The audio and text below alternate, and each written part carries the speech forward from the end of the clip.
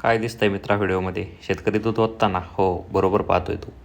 तर हे आहेत मानेवाडी आणि चिंचपूर येथील ग्रामस्थ आणि हे आपल्या गाई म्हशींचे दूध अशा प्रकारे रस्त्यावर का ओतून देतात? हा प्रश्न तुमच्या मनामध्ये आला असेल. परंतु हे असे का करतात हे तुम्हाला नक्कीच समजले असेल.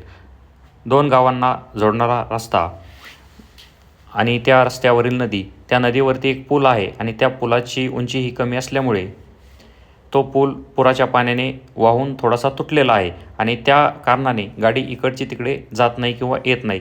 असेच चालू आहे गेल्या 4 दिवसापासून आणि आज पाणी थोडंसं कमी दिसतंय तुम्हाला व्हिडिओमध्ये, परंतु गेली 4 दिवस खूप पाणी होते या ठिकाणी. अक्षरशः त्या पाण्याजवळ जाण्याची भीती वाटत होती. अशा कारणामुळे शेतकऱ्यांचे 4 दिवस झाले दूध डेअरीपर्यंत गेलेले नाही आणि त्यांच्याकडे आता वावरामधील तर सगळं वाहून गेलेलं आहे जे काही शेतामध्ये होतं ते.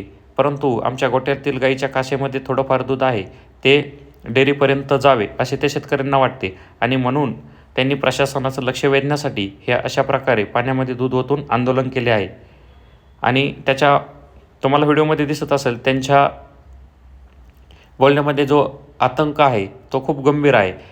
आता या पावसाने सध्या सगळीकडे खूप धुमाकूळ घातलेला आहे आणि ह्या अशा कारणांमुळे शेतकरी हवालदिल झालेला आहे आणि पर्यायी शेतकरी हा मनामधून तुटत चाललेला आहे.